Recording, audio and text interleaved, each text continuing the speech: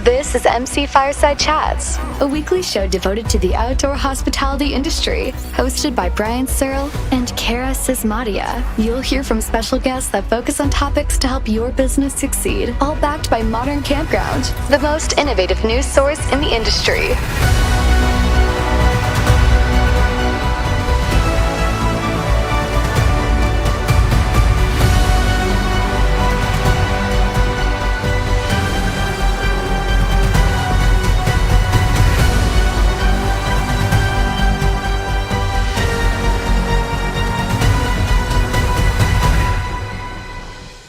Welcome, everybody, to another episode of MC Fireside Chats. My name is Brian Searl with Insider Perks, here as always with Cara Csizmadia from the Canadian Camping and RV Council. We're excited to have our open discussion show here as we do the first week of every month, along with that ridiculous rude noise that just appeared in the background of me, and I don't know what it is. It sounds like bird dying, so hopefully it's not coming across that microphone the way I'm hearing it in my ear. But super excited to have Mr. Randy Hendrickson with us as always. We're missing Mark Koep. Ruben has moved to the second week for our new glamping-focused episode. We're going to have the second month of that coming up next week, so super excited for that. Sandy Ellingson is joining us again, and making a guest appearance here, or a regular appearance, is Mr. Scott Foos, who was really busy, and that's awesome for him over the summer, so he couldn't join us, but hopefully he's back now for the fall. Why don't we just start with Scott? Scott, what happened? Where did you go? What did you do?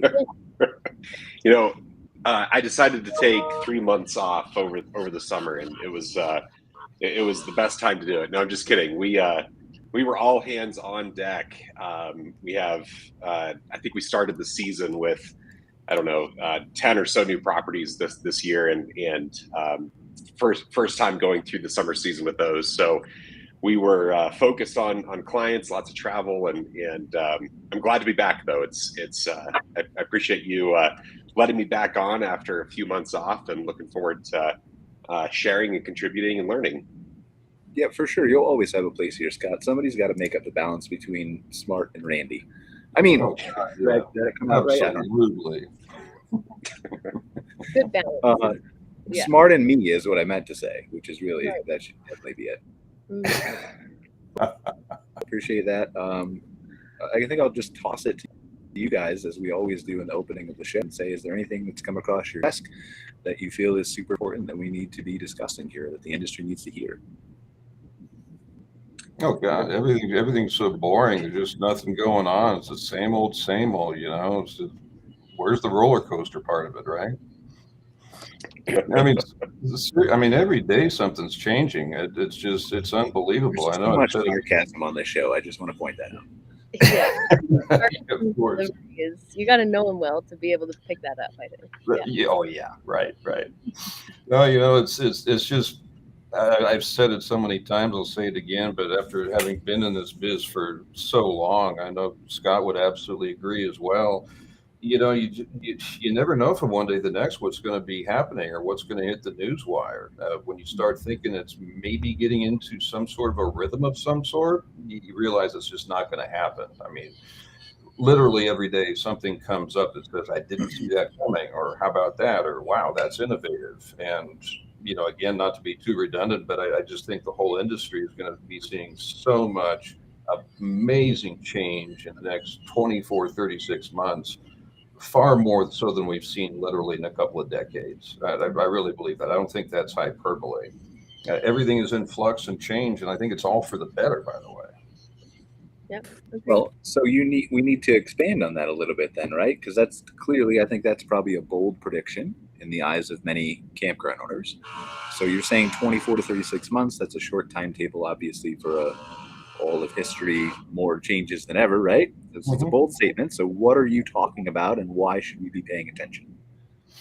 Yeah, well, I mean, I've said before, it's kind of like many years ago, it was like, wow, we went from 30 amps to 50 amps. That was a big thing. Then here comes this Wi-Fi thing, and boy, that's really good for connectivity, and maybe a lot of folks are going to do that. And then there's kind of a slower period, and then it becomes, well, here comes yield management. Nobody wants to be the first mover. That included me back in the day, because it was it needed to happen, but it just wasn't quite ubiquitous yet. But now you've just got so many different confluences of everything happening. You've got a very different customer demographic with a very different spending habit. You've got economic times that are without precedent by any stretch of measure. Inflationary stuff, recession, COVID, what have you. So everything has fundamentally had to change. Consumer preferences and habits had to change. Parks had to change. What they offer had to change. Pricing strategy, programmatic pricing, experiential hospitality, which is what I'm keenly focused on these days in particular, and what that means to our industry. And so I just think is the more intelligent, I don't want to say intelligent capital, but the smart money that's been on the sidelines for a long time really pours into the industry, which we all know so well. They're here. And some hotel operators come into it with their programming and their revenue management stuff. You have just everything's kind of gone into a funnel and focused down to a very fine point. And now when I say it's going to change so much in the next 2-3 years, like it has in the previous 20, I don't think there's been as much focus on all the essential key components of outdoor hospitality and what they mean and what they translate to.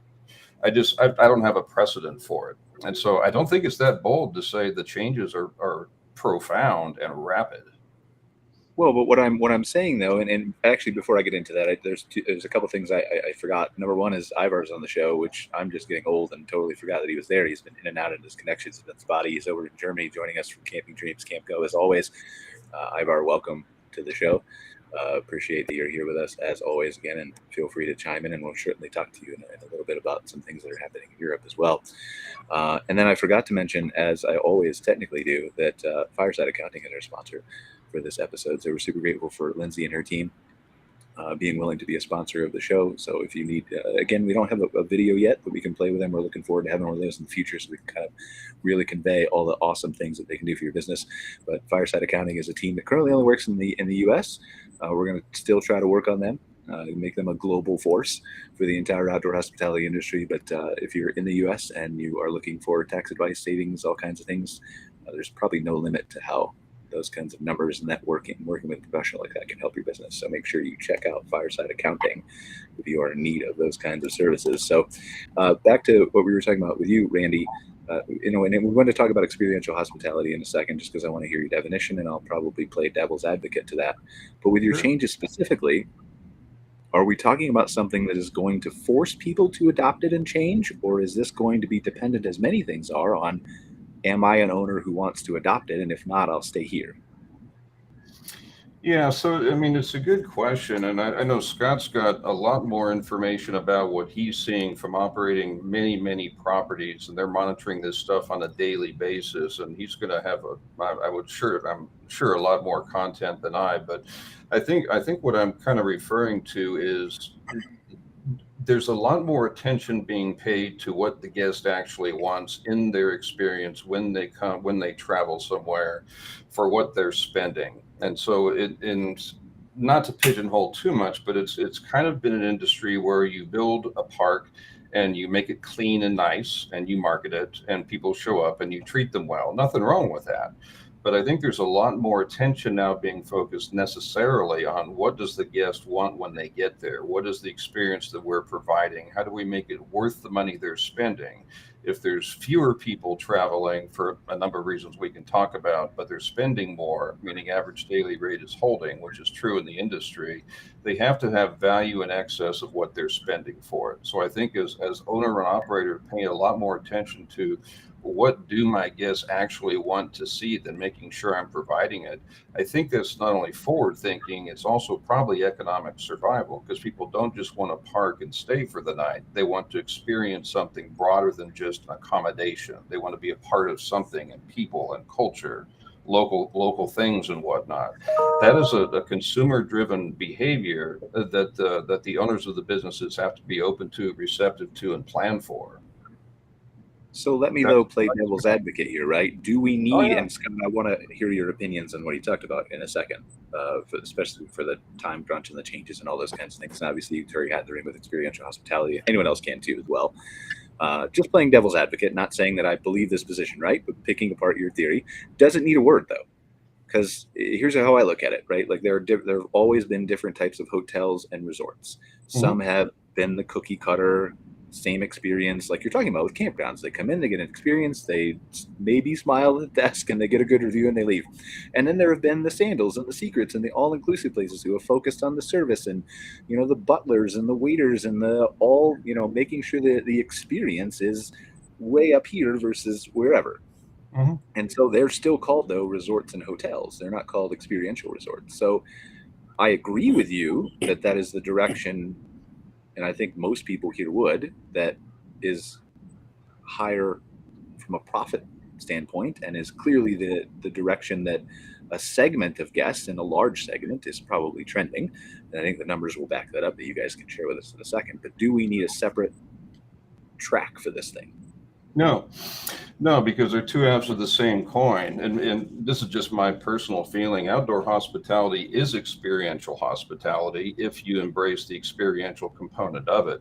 So these aren't two separate things. And so when I refer to experiential hospitality, you know, that's been part of the hotel world for a very long time. It's not a new concept. Hotel has done that very well, and they've really made it an art form, and they're really doing a lot of innovative and interesting things right now.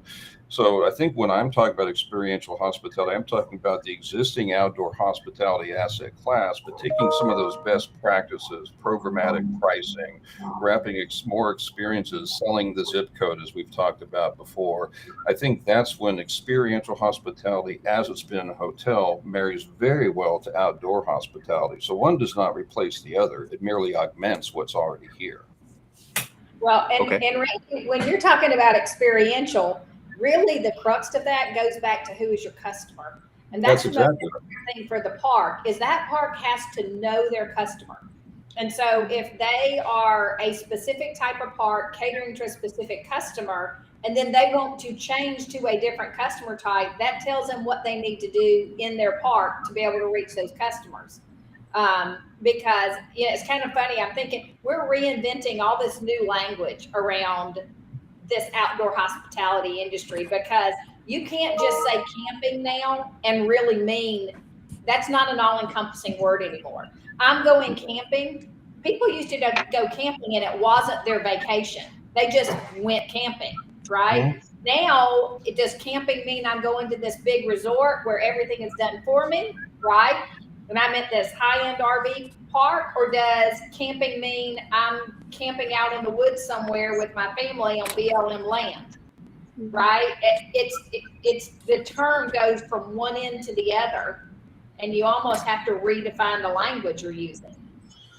But I would almost then say that it's all experiential hospitality on the low end or the high end, because you're having an experience. I mean, you might have a good one, but they're not the same on the high end and low end, though, because there are, just like in a hotel, there's a Motel 6 and it's a bed to sleep in on your way from A to B. There are RV parks and campgrounds that are places to sleep in on the way from A to B. There are experiential hotels that are very guest focused, guest centric, and focus extensively on consumer data to understand how we're going to drive our product offering and our pricing. That's hotel. That's also outdoor hospitality. So you can have the place you park for the night.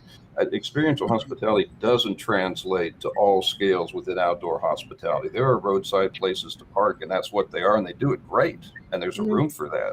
One does not replace the other. It's merely a fundamental shift in thinking to augment what's great about our industry and take it to the next level up. Yeah, I don't disagree with you being argumentative on purpose, so go ahead, Sandy.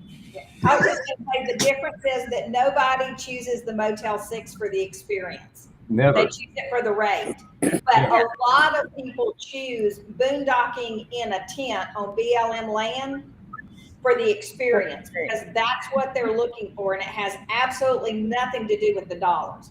If I let my husband choose where we were camping, we would be camping in a small mom and pop that basically we could build a fire outside our rig. It doesn't even have to have a swimming pool, right? And that's his kind of camping. That's the experience he's looking for, right? But if I talk to my youngest son, boy, if it doesn't have a swimming pool, paved concrete pavers, a really nice bathhouse, and activities for his kids, he's not even going to consider it. So that two different experiences has nothing to do with dollars.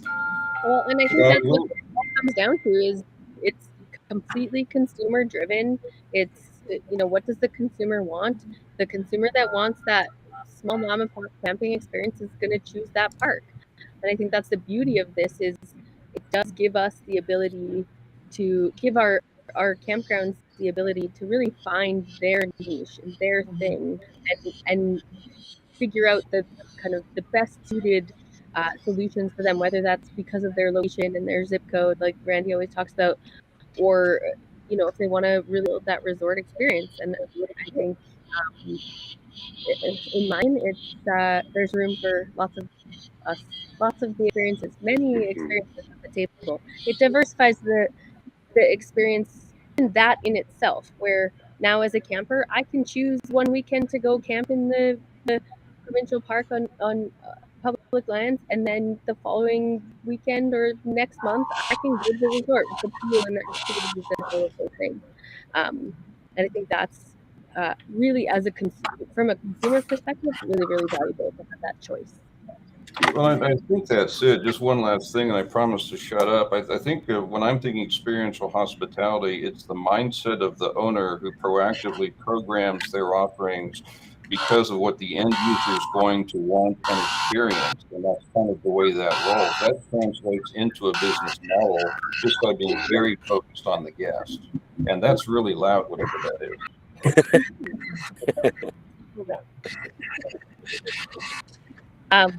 is. Sorry, I'll mute my mic. Scott, with Scott, please talk over Brian. happening. I think the most I important don't know thing if with Brian's still. market can think about who they are. Problem I see a little bit here in Europe is just doing pretty well to think about anything, except and have to pay their. But now they have to think about who they can be, and sometimes a problem that all of a sudden some changes in the market and difficult things that successful like you, and you have to make them think about it.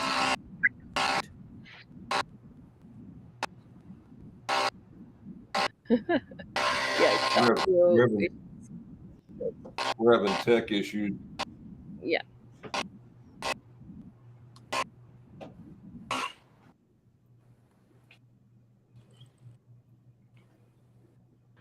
Oh, it put me front and center. I guess that means I'm supposed to be speaking now.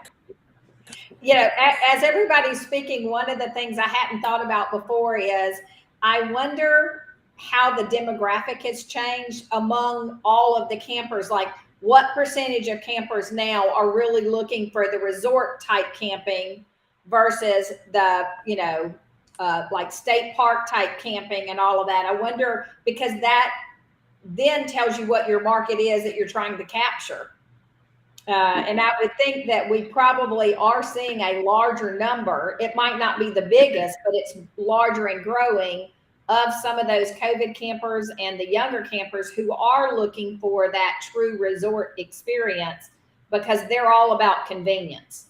So having food trucks or, food and beverage at your park, they'd rather spend more for it so that they don't have to leave the park than going out, somewhere where they could actually do it cheaper.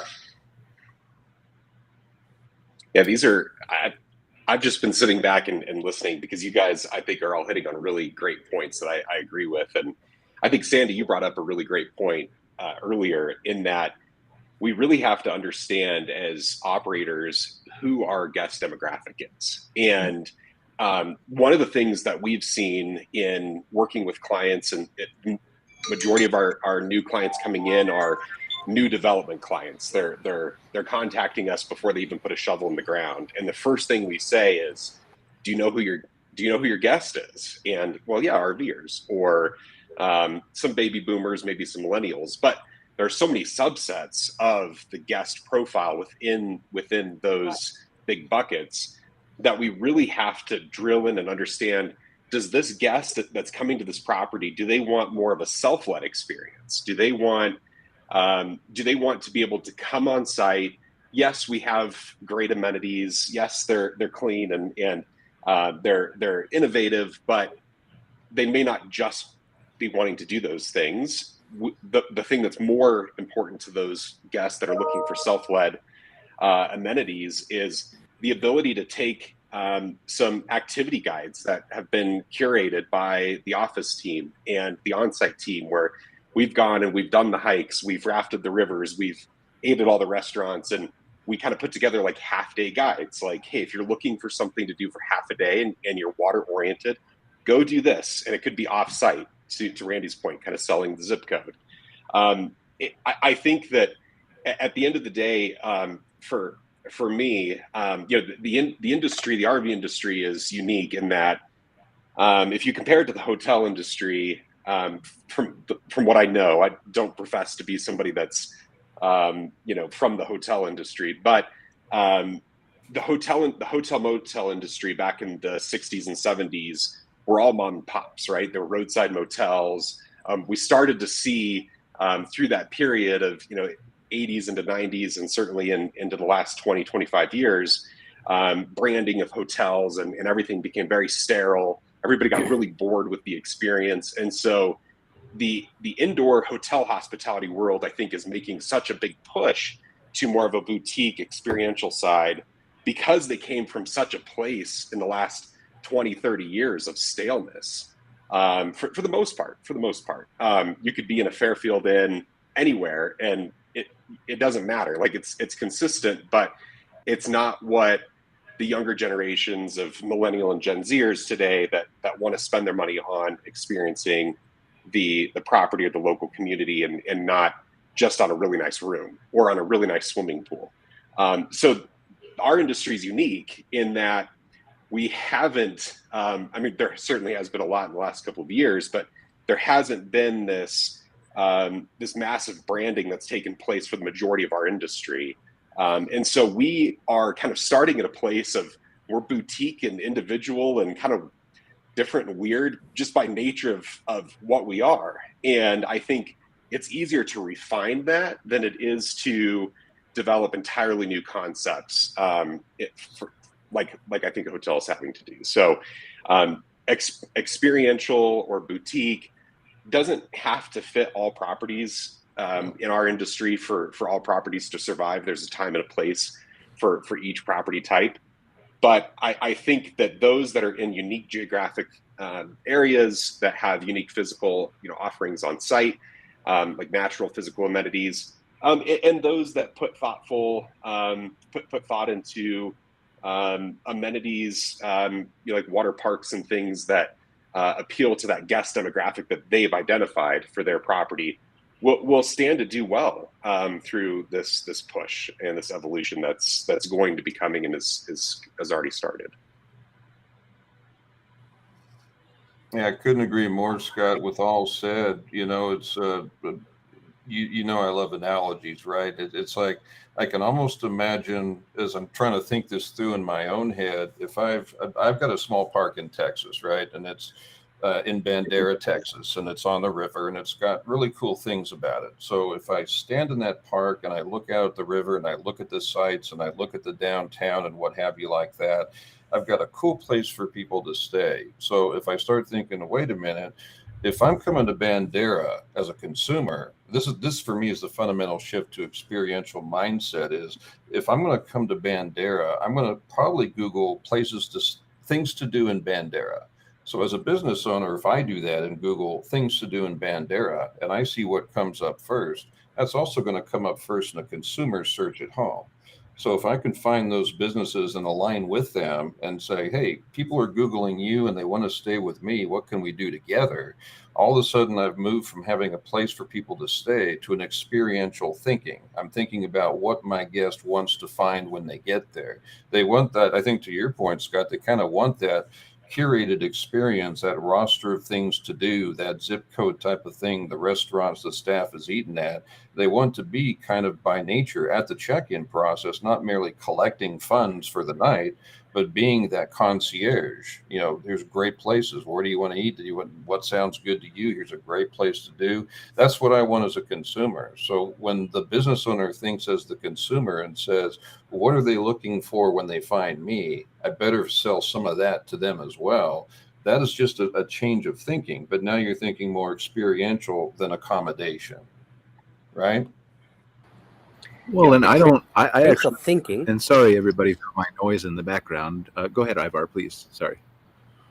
It's really a change of thinking, because if I see, I can only, I think it's travel and go camping, no, or to which country, region first. They choose the national park, and then they find the spot to.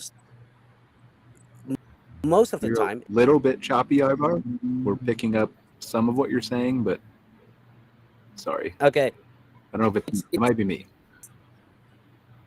you. Yeah, I think we're losing you. I'm sorry, Ivar. We can go back to Ivar if he gets a better internet connection. I don't know if it's me or not.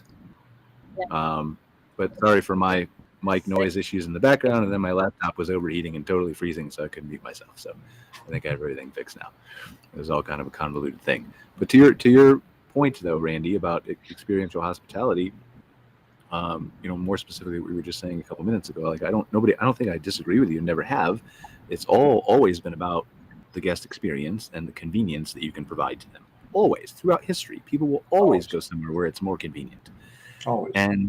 And then the question becomes, though, like there are obviously some owners who don't want to do that, just like there are some hotel chains that don't want to do that. And so that's what I'm kind of driving at, the 12 to 36 months. Are you saying that that's the experiential hospitality piece? Are you saying that's something different? Are they tied together? Yeah, I think for me, it's basically when you start reevaluating what the customer is telling you, and when the customer themselves are changing as they have. The data shows how much penetration there is with millennials, Gen X, Gen Z. They're the majority of RVers, or the majority of travelers, and they're spending money. So when you have that kind of a demographic shift, I mean, to Scott's point earlier, it's not just the major shift, but the minors within that. When that changes, when consumer preferences and spending habits change, by necessity as a business, you have to adapt. And so part of what I'm suggesting is part of that adaptation is because the customer demographic has changed, I too have to look at the way I'm being perceived by my largest group of customers. That involves a change of the way you're doing things. And when I refer to that compressed period of time, it's because I personally, I'm not saying this is true, it's just a personal opinion.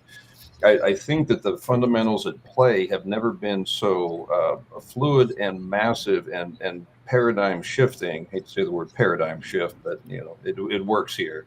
That's going to force a lot of people to understand that it's time to rethink how I address my business. And I think that's where the experiential mindset comes into outdoor hospitality. And again, the two live together. They're not separate animals. It's just a change of focus. And so that, I think, is happening at warp speed and just a huge degree. So by necessity, when your neighbors start doing that, when other parks start doing that, when those parks start getting the articles written about them, other folks are going to say, well, maybe I need to kind of adapt that. So it kind of affects other people down the line as well. But the first movers are kind of shifting things right now today. So the rest will inevitably follow. Well, I think it's a multi-step process, though, too. Like you have to set yourself up to be able to understand. So from a marketing standpoint, right? Like 95% of the people that we do help and work with on services don't look at their analytics, don't care about call tracking, don't understand the guest, even the reservation reports in their, online reservation PMS system.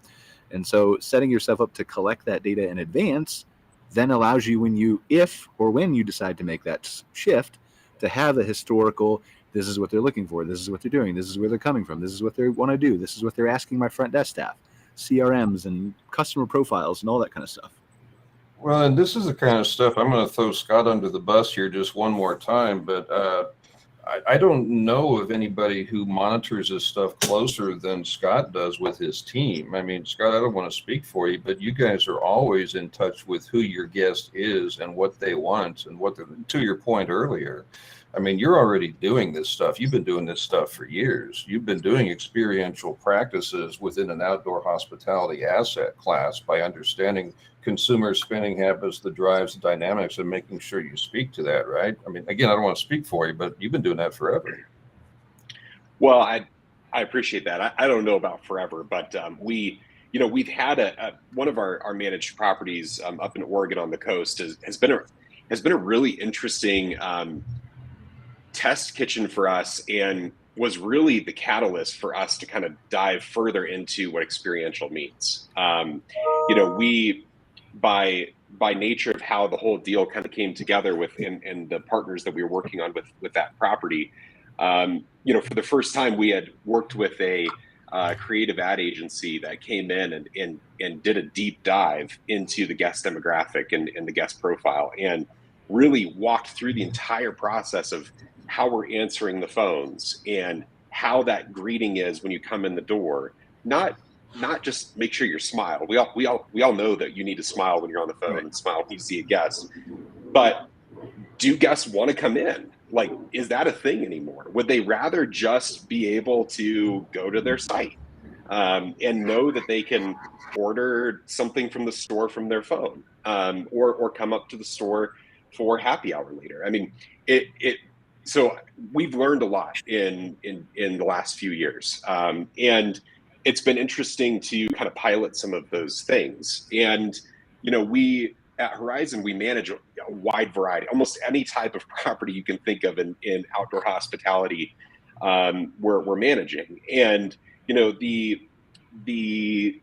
sub 100 site extended stay property in the Houston metro area that's catering to oil workers and workforce, mobile workforce. They still want a great experience, but like, they aren't really necessarily the same as a high touch, kind of more modern camping resort that has a blend of accommodations, RV sites. So I think going back to my point is my earlier point was, and Sandy's point that she first made, was really understanding that guest demographic. And I think understanding the things that they want to see. And it sounds, as an operator, especially as a, maybe a mom and pop operation, it might seem daunting. Like, I hear these words and I know it's something I need to be doing, but how do I even start? What's the process of understanding what would be right for my property? And to your point, Randy, putting yourself in the guest shoes is a great option. I think really spend your off season, if you're heading into your off season, and the more that you can do in Q4 of this year before the end of the year, with maybe sending out some surveys. If you work with a group like Brian's, who can help automate some of those things for you and ensure that you're touching your guests at the right point after their stay, kind of heading into the fall season, to see what worked and what didn't work, and maybe put in some more bold ideas that you've been thinking about, like not having a check-in, like an in-person check-in, be a mandatory part of the process, and ask your guests, is that something that you would like to see? It's that simple. And just make some of those process improvements over the course of your off season, and ready yourself for the coming season ahead. I agree. I agree with everything you said, Scott. I think, again, not to keep beating the same drum, but I think one of the biggest paradigm shifts is, what does my guest want, as opposed to, I've got a clean place, why aren't people here? Or I've got a clean place and with my rate, or whatever like that. It isn't if you build it, they will come. You have to find out who they are and speak to them and find out what they're looking for and address what their preferences are. To your point, do they want a kiosk? Do they want no human interaction? Do they want a concierge experience? Yes, it's hard to quantify, but with the more effort you put into it, again, to your point, Scott, to understand who's going to be spending money with you, that's a pretty important thing. And you may find out when you do that with our own businesses, myself included, you say, I didn't really think about that part before, but by gosh, there's somebody at my front desk now saying, I'm glad you did that. Thank you for that. I had a great experience. So it just is, it's outward looking versus inward looking. Who are they, and how do I, in a language they understand, and make them know that they're welcome at a property they're going to be proud to be at. It's just it's a perspective shift that becomes a business model. I think is really the best way I could say it. Yeah, I mean, and I don't know how long I'll be able to talk here because there's apparently some giant dying bird that keeps screeching behind me, and I don't know where it's coming from. But I'll talk for as long as I can and say that, you know, I don't disagree with anything that you're saying. I think that there's been and this is obviously opinion based on what we see from our limited set of clients that we have, right? Is that the times have been good, especially over the last 2 years, but really, like, I mean, extend back for as long as the internet has been here, you basically could build it and they would come if you did some very basic, like, found on Google, whatever, Facebook page type of stuff. Whether that's shifting now, who knows? But I've had a lot more strategy calls with people than I ever had in the history of my company, probably in the last 2 or 3 months. How are we going to adapt? Let's get granular. Let's look at these analytics. Let's look at these, and people are interested now. And it's not just big groups. And so I think that when things, and it's just my opinion, right? I think things are going to shift. When that happens, then you're going to have to dig deep into some of this stuff to really figure out how I want to set myself apart. And whether that's experiential or another way, whatever it is, you're going to have to at some point flip over to that methodology, or at least dabble in it. But I don't think there's really a big incentive for a lot of people, except for, like you're talking about, the early movers and shakers who are always the early adopters, who are always the innovators and always the leaders to do it. Yet. Yeah, I think it does trickle down, though, because to your point, Brian, I agree with 100% with what you said there. I'm not surprised more people are asking for a deeper dive on analytics, because the customer is speaking every day. The customer is speaking when they do or do not show up. The customer is speaking with what they spend while they're there. If you're not listening to that customer, then you're just not hearing you're not hearing them say, I really want this, but I'm not getting that. So, of course, doing a deep dive on the analytics and really getting into that quite a bit, it makes sense that a lot of people more would be asking about than previously. It doesn't mean it happens overnight. It doesn't mean it translates to every single property at all. But I think as practices improve, as best practices improve about this is what we ought to do by reaching out proactively to consumers, it will spread and pervade it by necessity, because that's what always happens with innovation, right? Somebody has to move first, and then all of a sudden, wow, that actually makes a lot of sense. But it is. Go ahead, Sandy. I think a lot of what we're talking about is really important as we move into 2023, because we've come through a couple of years where parks didn't really have to market. Occupancy was just, you know, something that happened because we had so many COVID campers out there, you know, camping. But now we're seeing our booking windows drop. I mean, I had parks whose booking window went to almost 16 months out. They were sold out. And now we're seeing those exact same parks where their booking window is 90 days now. And I think it's not because people aren't going to camp, but they're watching, you know, inflation rates. They're watching the cost of gas, and they're saying, I'm not going to commit that far out, because the other thing that's happened is during this time, we raised our deposits most of the time. And we shortened that window for getting that money back, or we're now saying, hey, we'll put it on an account. And so they're being a little more cautious with booking too far out. So that booking window has dropped. And now all of a sudden, parks who were booked 6 months out are freaking out a little bit and going, but I don't have reservations. I'm not booked for next spring. What do I need to do? And so that's an education process, one, in all these things we're talking about, knowing your customer, knowing how to reach out to them, figuring out what that experience is that they need. And then finally, I'm still like super surprised that we have parks that are not online, and they don't book online. You have to pick up the phone and call. And I think if they knew how much money they're losing because of that, they would be shocked. I think their occupancy would be up. It would be, because there's so many great parks, but they just have got to get over that. I'm not going to do the booking online. People are going to call me. That's a dying breed, right? So it all goes hand in hand, though. Everything that we're talking about is one giant circle, right? Right. And so if you look at, like what Randy was saying, I want to understand what people are buying in my store or not buying, or even the data that we're talking about, whether they come in to check out or they don't check out. All of that takes time from an owner-operator standpoint. Mm-hmm.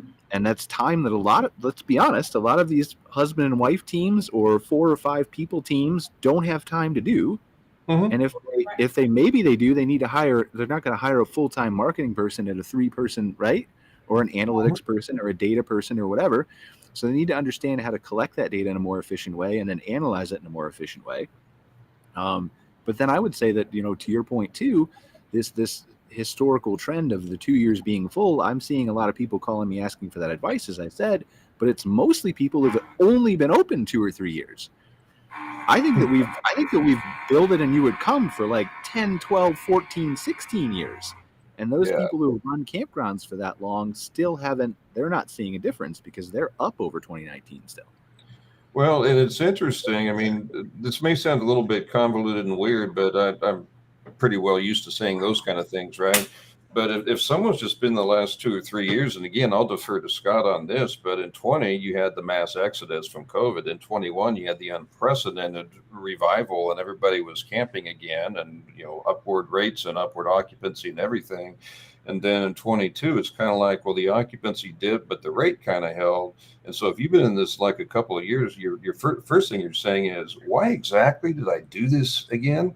Or the second thing you're thinking is, it's adapt or suffer. So now I better get really serious about understanding who's doing what and where, which again, I think drives some of this different thinking about the mindset, because it's been anything but a level playing field. The great void by the great, ride back up. And now what's to your point, Sandy, what does 2023 look like? I better really start thinking that through now. Yeah, it's and when you guys figure out what 2023 is going to look like, will you let me know? Because we're still trying to figure it out over here. I think it's. I know what it's going to look like. There are people who are going to spend through spring, and then campgrounds are going to be in a different landscape. People will still camp. Like, there's no question about that. Yeah. But it's going to be a different land because people are still wasting their money from the stimulus for now. Yeah, and I read a report from Destination Analyst that came out earlier today that talked about how 2/3 of American leisure travelers are planning to take at least a one-night trip in the next 3 months. So there's still that demand. We've seen with our managed portfolio anyways that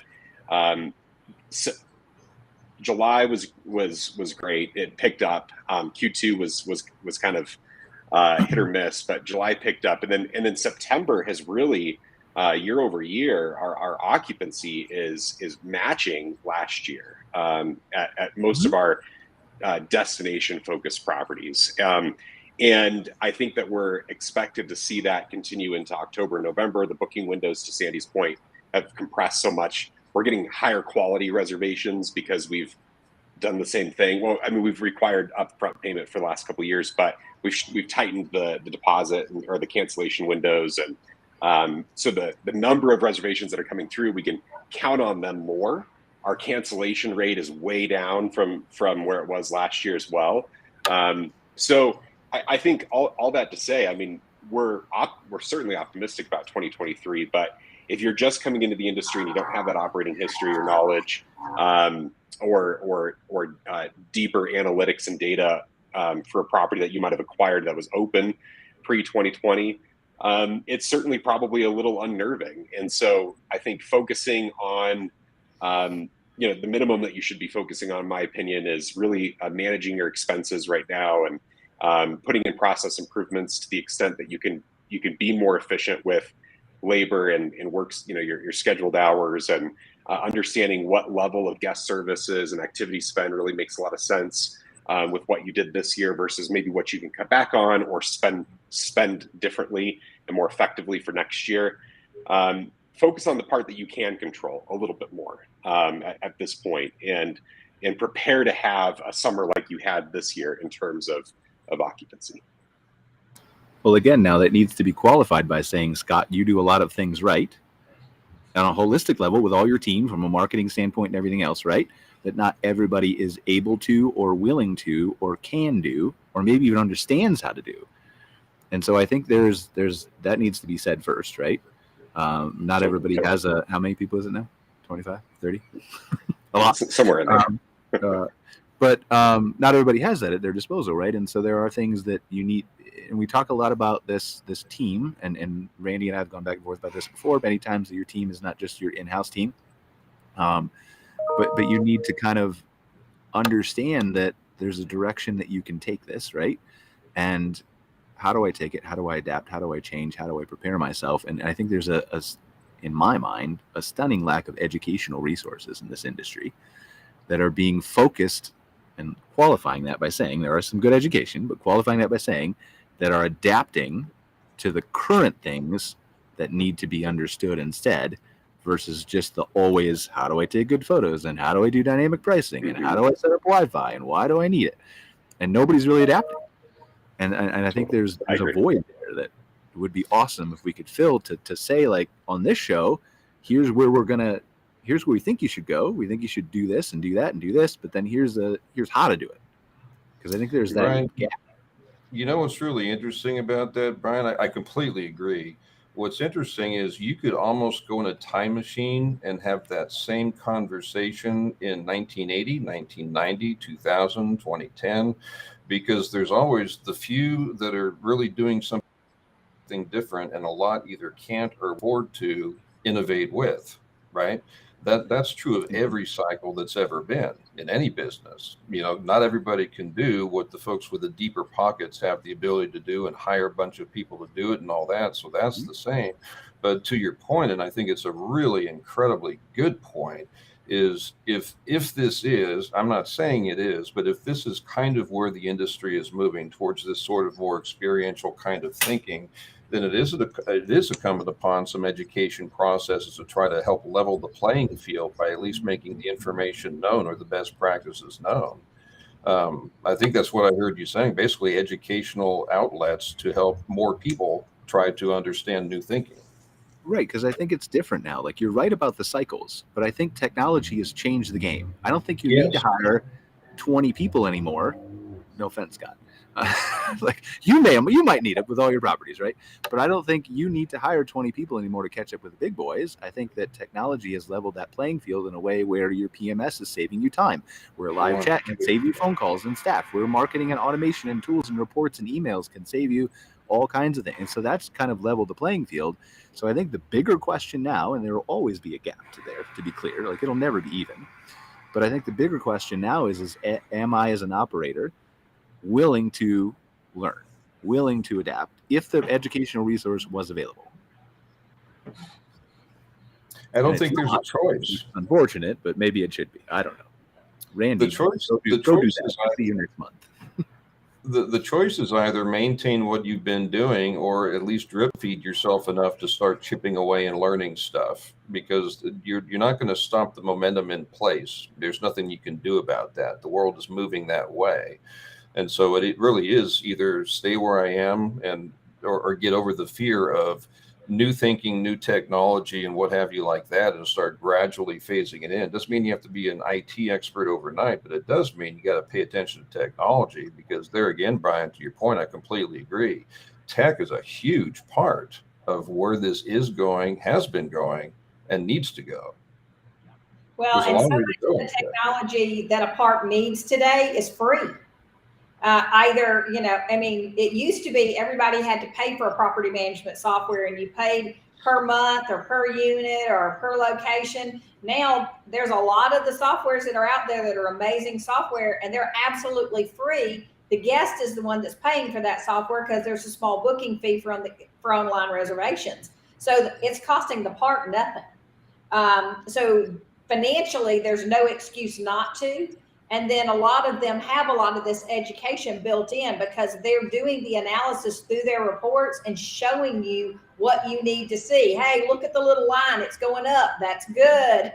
It's going bad, or it's red. That's bad. So of course, I'm a technology girl. I'm a geek at heart, but I really struggle with, the lack of adoption of technology in such a significant part of our industry. Well, it's also two-step, though, right? Because you're right. There are a lot of things that are free, but free doesn't always mean best or best for me. And so you're right. There's a lot of, like, you can hook up an online reservation system and it's free and you're passing along the cost to your campers. But are you also understanding that you can set up dynamic pricing within there and set up yield management and set up all the things, right? And lock fees and make more money through that. And how does it work? And so there's free, and then there's taking advantage of tools that take your time, but may still have no cost associated with them. Mm-hmm.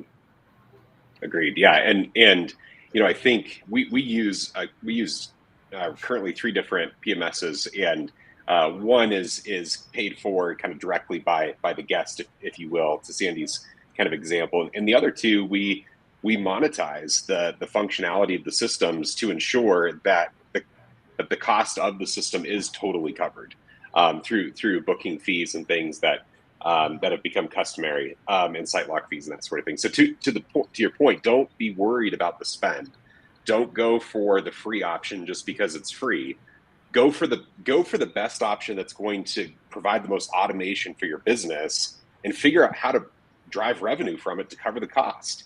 I think that to us is something that, I think, to everybody's point here, that tech is still a long ways out, but there's been so much cool advancement in the last couple of years that I think our industry is starting to take advantage of more.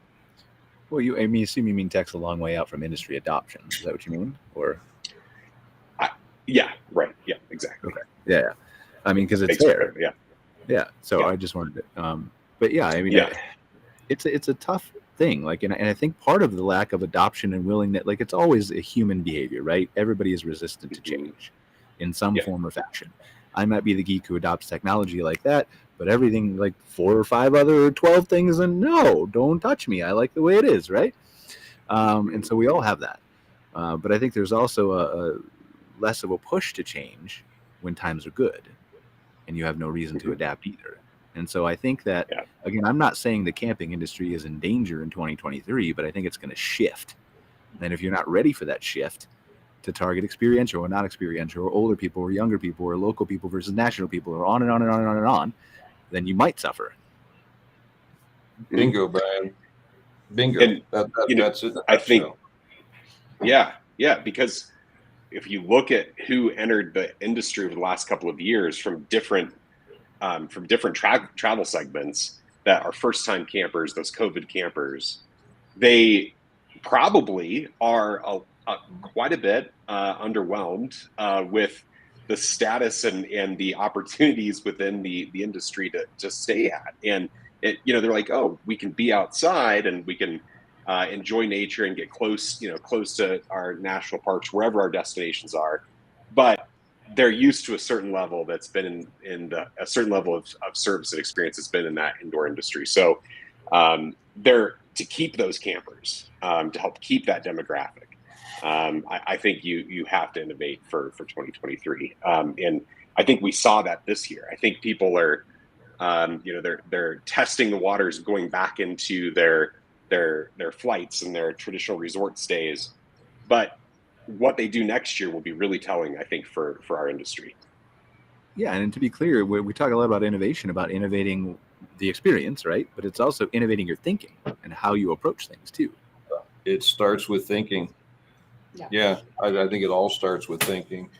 And Scott, you just said something that kind of touched on me as well, because I've been really kind of studying boutique motel, boutique brands, and kind of the various different accommodations within hotel, because of the thinking that I think is coming our way into outdoor hospitality, again, to augment, not replace.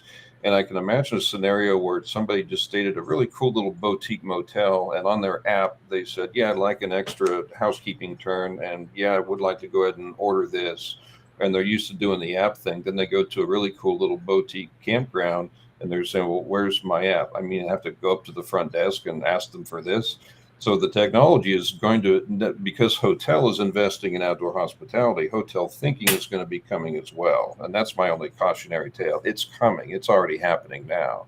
So when hoteliers start getting into outdoor hospitality and bringing that tech and those best practices, you will be seeing those apps where you can say extra housekeeping turn. I'd like to stay an extra 2 hours. And if it isn't here now, it's coming here pretty soon. Again, guest expectation for what they want to see. Right, and I think that's my overall point too, is that this is also moving way faster than it has in the last 40, 50 years, and you've said that in your analogy, right? But it's going to drag people along. In the past, you had these incremental technology changes. You look at the evolution from, CD or records to tapes to, whatever, CDs and whatever. I don't even remember. I do. But the gap between every one of those evolutions, right, got shorter and shorter and shorter and shorter. And now this technology is going to drag you along, kicking or screaming, because the guest expectation is going to evolve so fast that it's going to almost not be an option for a lot of people who it was an option for in the past. And that's where I come back to that 2 or 3 years. It's going to be a tsunami. I really believe that. For all the factors we've all just been talking about today. It won't be gradual. Even though I'm a tech girl, I think Scott Baer, who's one of the listeners, had a comment earlier about customer loyalty. And I think one of the comments he's making is such a timeless comment, in that because it goes back to people form relationships with people, not with entities. And one of the things I love about camping over staying in a hotel is I can't tell you the name of a single manager or assistant manager at any hotel I've stayed at in my entire life. But I can name tons of people that work at campgrounds where I've stayed and I've met them and I've made friends. And that is just timeless. And so even if you don't get technology and you don't understand all the other things we're talking about, the one thing you can do is make sure you're out and engaging with your customer. And that's going to mean the world to whether they return and come back. It's also going to help you understand them, right? So again, you're talking about knowing the names of people, right? And I agree with you. I don't know the name of anybody at a hotel, maybe, that I can think of. Like if I had to sit here for an hour, perhaps somebody who treated me and went out of their way to do something, I could probably think of something, right? But it's the same way. Like if you are, if you're out there talking to your guests and engaging with your guests and learning what they have to do, then you're going to understand their insights and where they're coming from and how to serve them better and all those kinds of things. I had a larger point I forgot. I had a little brain fart. So maybe it'll come back to me. But I think one thing that's going to be to that point that I think is going to shift is I don't disagree with you guys. We have to make sure that in-person interaction, guest engagement is at a quality level. I think, though, that as these younger generations come in, I can tell you, when I go and stay somewhere, I don't want to have to talk to someone unless I need something. It's a totally different shift. And so we have to change our thinking so that we are telling a story behind the entity, behind the brand, behind your property. What do you stand for? What are you doing in your community? How can you drive goodwill through your brand? And you will, I think, the generations that are coming into the space are almost going to value that more. Yes, they will always want a pleasant interaction, but I think that they are going to want to support these good brands that do good things, and you can do that as a one-off brand. You don't have to be part of a bigger bigger portfolio. And that's why, you can personalize the tech too. Like they want to have a good interaction, but not necessarily with a human being. They just want to have a good interaction. Right. But you have to foster all. I see a world where I'm on my phone and I say, I'm going to stay another couple hours. I'm doing good here. I'm going to hit my app and then go interact with the staff, the guests, whatever like that. Hang out and tell stories and have that human contact, because to everybody's point, let's not forget hospitality is at the core, whether it's experiential hospitality, outdoor hospitality, it's hospitality centric. So providing that environment that speaks to what their lifestyles are about, and to Scott's point, the engagement, a higher purpose, higher calling, you can have the best of all worlds. You can extend your checkout on your app and then go back to great community engagement with staff and have an amazing experience. And, I'm like everybody else. I don't remember the names of the people where I've stayed, but I remember how I felt about where I stayed. That's what I did with me. Yeah, nobody's ever suggesting getting rid of humans. I'm sorry, Randy, I didn't mean to cut you off. I was just like, no, you're fine. I was just gonna say nobody's ever suggesting getting rid of humans, but because look at what we're having now with the staffing shortage. If you just implement technology and do it in a personal way, you can have the best of both worlds still. You can solve your staffing problems and still have, like, you can still be there as the husband and wife team or the 5-person team or whatever, and still then take that bandwidth that was being used in other places and redirect it to better customer service or more understanding or better reports or whatever you need to do. So fixing the sewer pipe in 2 weeks instead of 4 weeks or whatever it is, right? I think that's the beauty of what we do, right? If you own an apartment building, you have a bunch of squares that you need to fill up, and that doesn't say you can't be creative, but it's just kind of linear, right? But with here, we're talking about, I need some great technology and better human interaction, and I need to sell my zip code, and I need to be experiential, and I need to be outdoor hospitality. But you can do all those things because you've got a canvas. You can move the things around and pivot and take the best of all worlds. I think for me, that's the main takeaway. It doesn't have to be all tech or all people. It's a mixture of all. Yeah, and Jason's commenting on LinkedIn when standards slip, but standards can be enhanced too. So I think there's a misnomer that you start here, and I think I hear that from a lot of businesses. Well, here's my level of service, but then I slip over time. Maybe I get new managers, or I focus elsewhere, or I do what. But there's also an up. You can keep going up and up and up and up and up. And I think I try to have that philosophy at my company, and sometimes I fail at it terribly, but I always want to get better. And sometimes I get better by 2 steps and backward 3 steps and better by 4. And then it just goes up and down. But the goal is always the same, to go up. Sometimes I fail and suck at it, but I try. Well, don't we all? You're in good company. You sure are. So, and then I remember my point from earlier about understanding your guests, right? And we got to wrap up the show because we're running up a few minutes late. And Peggy says on LinkedIn, the staff must be friendly and professional, even in RV parks and campgrounds. Absolutely, Peggy, 100% agree with you. But my larger point is just a lot of these people aren't understanding the basic necessity or basic things about their guests, right? We're talking about deep dives into analytics and customer profiles, but they haven't even asked the basic questions. And one of the best ones I give my clients is, I've told Randy this. I don't know if I've told Scott this or Sandy this on the phone, but it's the best analogy that I've ever seen is why are you spending all this money on social posting and creating content? People are hiring people who work $40,000 to $60,000 a year, and all they do is post on social media. But understand and think about and put yourself in your guest's shoes, just like the names. How many times, what's the last hotel you stayed at, Scott, Sandy, or Randy, where you went home from vacation and you're like, man, I wonder what that Marriott is up to today. Let me go check out their Facebook page. No, well, it doesn't happen. So you should be posting on social media, but stop looking at it like it was 6, 7, 8 years ago. It's totally use it. now. Use it as a tool. Totally. I just checked out at Salient, so I'll throw in my final point here.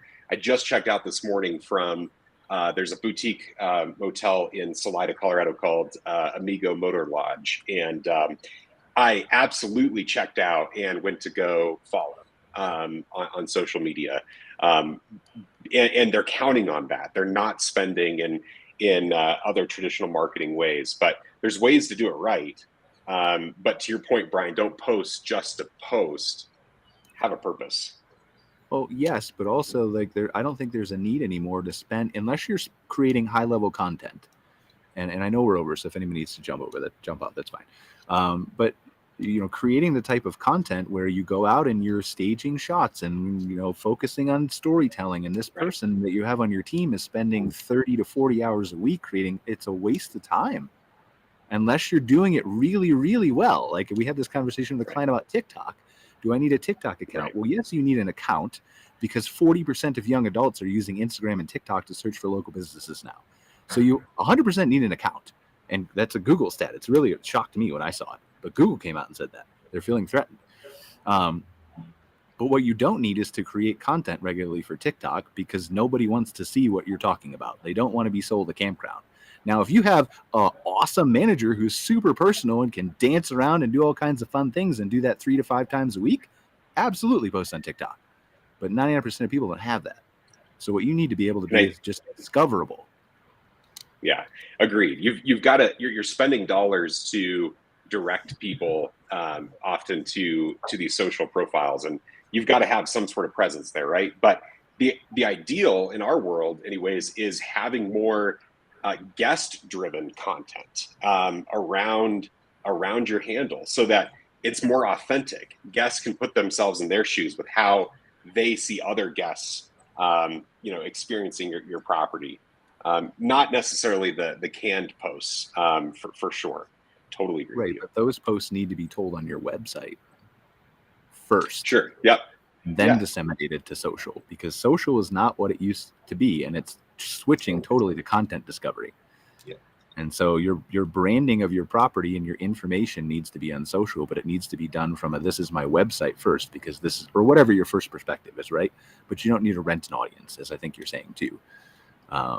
And I see that with restaurants. Like, it frustrates the heck out of me when I'm trying to find a menu for a restaurant and I'm traveling and their website on Google is their Facebook page. What? Totally. So, you move on. Anyway. You choose the other one. Yeah. Okay. I think that's all we've got, unless you gentlemen have anything else to add, or Sandy. Really appreciate you guys all being here today. Sorry we had some technical difficulties with Ivar, and I think Cara was having the same issues. So, and obviously I had the whatever was happening in the background with me. So we'll move on. Have a good show next week. Super appreciative of the great, absolute discussion. We're going to have to focus on and figure out ways to figure out this whole education thing. So I think the industry definitely needs it. And we've got some smart people here on this show and who we all talk to on a regular basis too.